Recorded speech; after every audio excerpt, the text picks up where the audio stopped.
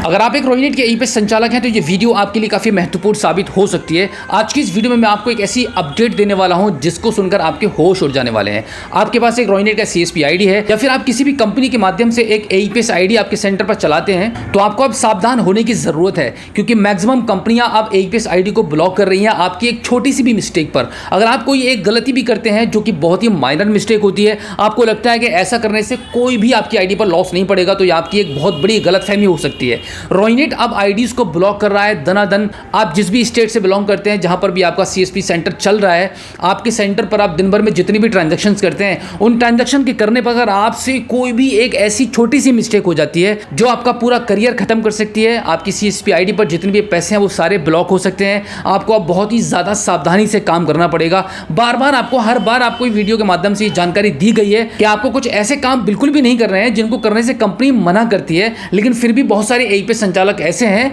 जो कि उन चीज़ों से बिल्कुल भी रुक नहीं पा रहे हैं। बार बार वो मिस्टेक कर देते हैं और फिर उनका नुकसान ये होता है कि कंपनी उठाकर उनकी आईडी को ब्लॉक कर देती है। फिर वो दनादन कंपनीज को, डिस्ट्रीब्यूटर को, ASM को, सबको परेशान करते हैं बारी बारी कि हमारी आईडी बंद हो चुकी है, हमारी आईडी को एक्टिवेट करा दीजिए, इतना पैसा फंसा हुआ है। अब यहाँ पर मैं आपको बताने वाला हूँ कि कौन सी आप मिस्टेक कर रहे हैं, कौन सी गलती आपसे जाने अनजाने में हो जा रही है, जो कि आप एक लंबे टाइम से बहुत ही ईमानदारी से काम कर रहे हैं, बट आपकी एक छोटी सी मिस्टेक आपको ये साबित कर देती है कि आप एक फ्रॉड हैं। आपने किसी भी कस्टमर्स के साथ में उसके अकाउंट से छेड़छाड़ करने की कोशिश किया आधार कार्ड के माध्यम से, तो आप जान लीजिए कि आप मिस्टेक क्या करते हैं। देखिए, अभी बहुत ही ज्यादा सेंसिटिव केस हो चुके हैं। ओवर इंडिया में जितनी भी ई-पेस कंपनियां हैं वो बहुत ज्यादा सतर्क हो चुकी हैं, सावधान हो चुकी हैं। अब वो पहले की तरह आनन फानन में किसी को भी अपनी आईडी प्रोवाइड नहीं करा रही है। खास तौर से मैं आपको बता दूं, कुछ चुनिंदा स्टेट ऐसे हैं जैसे बिहार हो गया, MP हो गया, राजस्थान हो गया, झारखंड हो गया, ऐसी जगहों से बहुत ज्यादा फ्रॉड निकलकर सामने आए हैं, जिसकी वजह से कुछ कंपनियों ने अब वहां पर अपनी आईडी बिल्कुल ही प्रोवाइड कराना बंद कर दी है। लेकिन आपके पास एक पुरानी आईडी है, अपने एरिया में आप काम कर रहे हैं, वहां पर वो एरिया ब्लैक लिस्ट हो चुका है, लेकिन आपकी एक पुरानी आईडी थी वो आपकी चल रही है। लेकिन जब कोई भी एरिया ब्लैक लिस्ट हो जाता है, कंपनी उसको, उसके एरिया पिन कोड को ब्लैक लिस्ट कर देती है, तो उस कंपनी को उस एरिया पर पूरी नज़र रहती है। कंपनी ने एक अपनी अलग से एक टीम गठित की है जो कि ऐसे फ्रॉड करने वाले जगहों पर कंपनी की पूरी नज़र रहती है। उनके जितने भी रिटेलर, डिस्ट्रीब्यूटर, मास्टर डिस्ट्रीब्यूटर काम कर रहे होते हैं, कंपनी का उन सब पर बहुत अच्छे से फोकस होता है उनको टीम के द्वारा, जिससे कि वो पता लगा पाए कि कौन कौन उनके साथ में जेन्युइन काम कर रहा है, कौन फ्रॉड करने की कोशिश कर रहा है। और जब भी कोई भी ऐसी रॉन्ग एक्टिविटी कंपनी को आपकी आईडी से होती हुई दिखाई देती है, तो कंपनी के पास सिर्फ एक ही पावर है और वो है आपकी आईडी को बंद कर देना। चाहे आपकी आईडी पर कितना भी पैसा हो और आप कितनी भी जेन्युइन CSP हैं, आप एक लंबे टाइम से उस कंपनी के साथ में काम कर रहे हैं, कंपनी इसके बारे में कुछ भी नहीं सोचेगी, सीधा उठाकर आपकी आईडी को बंद कर दिया जाएगा। और तब तक आपकी आईडी को एक्टिवेट नहीं किया जाएगा जब तक कंपनी यह पता ना लगा ले कि आपने जो एक्टिविटी उस दिन की थी वो इलीगल थी या लीगल थी।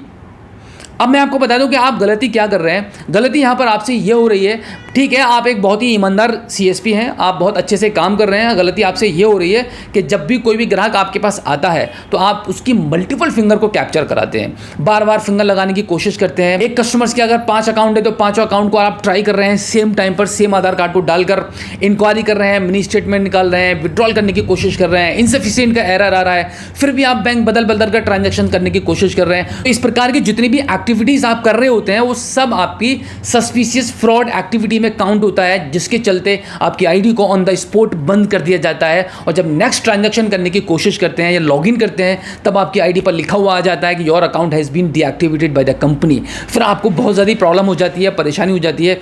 कंपनी के द्वारा किसी भी सस्पिशियस एक्टिविटी के अंडर अगर आपकी आईडी को बंद कर दिया गया है, डीएक्टिवेट कर दिया गया है, तो आप डिस्ट्रीब्यूटर के हाथ में कुछ भी नहीं है। डिस्ट्रीब्यूटर इसके बारे में कुछ भी नहीं कर सकता।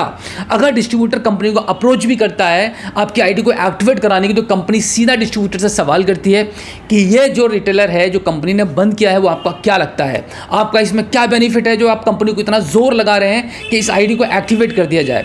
डिस्ट्रीब्यूटर को पता होता है कि भाई आप जेन्युइन हैं, आपसे कोई मिस्टेक हो गई होगी जिसकी वजह से आपकी आईडी को कंपनी ने बंद कर दिया है, लेकिन कंपनी को यह नहीं पता है कि आप जेन्युइन हैं और डिस्ट्रीब्यूटर से आपका क्या रिलेशन है।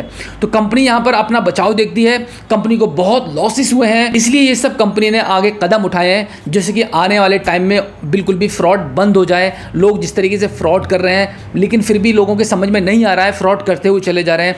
अभी 2 स्टेप वेरिफिकेशन लगाने के बावजूद भी कुछ ऐसी शिकायतें आ रही हैं, आज भी आ रही हैं कि फ्रॉड हो रहे हैं। अब कुछ लोग क्या कर रहे हैं, उनकी फ्रॉड की इतनी बड़ी तंगड़ी आदत बनी हुई है, अपने ही डॉक्यूमेंट्स पर आईडी ले रहे हैं, खुद फिंगर लगा रहे हैं, ई-केवाईसी डेली कर रहे हैं और उसके बाद फ्रॉड कर दे रहे हैं। तो कंपनी के पास वो सारी रिपोर्ट्स पहुंच रही हैं, तो कंपनी अब बिल्कुल भी रिस्क नहीं ले रही है। हमारे एरिया में भी कुछ ऐसे खास पिन कोड्स हैं जिनको कंपनी ने अब टोटली ब्लैक लिस्ट कर दिया है, वहाँ पर हमारी एक्टिवेट आईडियाँ भी बंद हो चुकी हैं। तो यहाँ पर फाइनली इस वीडियो के माध्यम से मैं आपको यही मैसेज देना चाहूँगा कि अगर आपकी कंपनी के द्वारा कोई भी आईडी डीएक्टिवेट होती है तो इसमें हमारा कोई रोल नहीं है, हम उस आईडी को आपका आप एक्टिवेट बिल्कुल भी नहीं करा पाएंगे। लेकिन फिर भी हम कोशिश करते हैं कि आपकी आईडी को हम एक्टिवेट करवाएं। अगर फिर भी हमारे सारे मेल्स डॉक्यूमेंट्स भेजने के बावजूद भी आप हमें एक सेल्फी वीडियो बनाकर भेजते हैं, वो सारा हम कंपनी को भेजते हैं, उसके बावजूद भी अगर कंपनी को लगता है कि भाई इस आईडी को एक्टिवेट नहीं किया जाएगा, तो इसमें कोई भी डिस्ट्रीब्यूटर के पास इतनी पावर नहीं है कि कंपनी पर प्रेशर डालकर उस आईडी को एक्टिवेट करा पाए। तो फिर आपका ये कर्तव्य बनता है कि आप ध्यान से काम करिए, सावधान रहिए और अच्छे से काम करिए।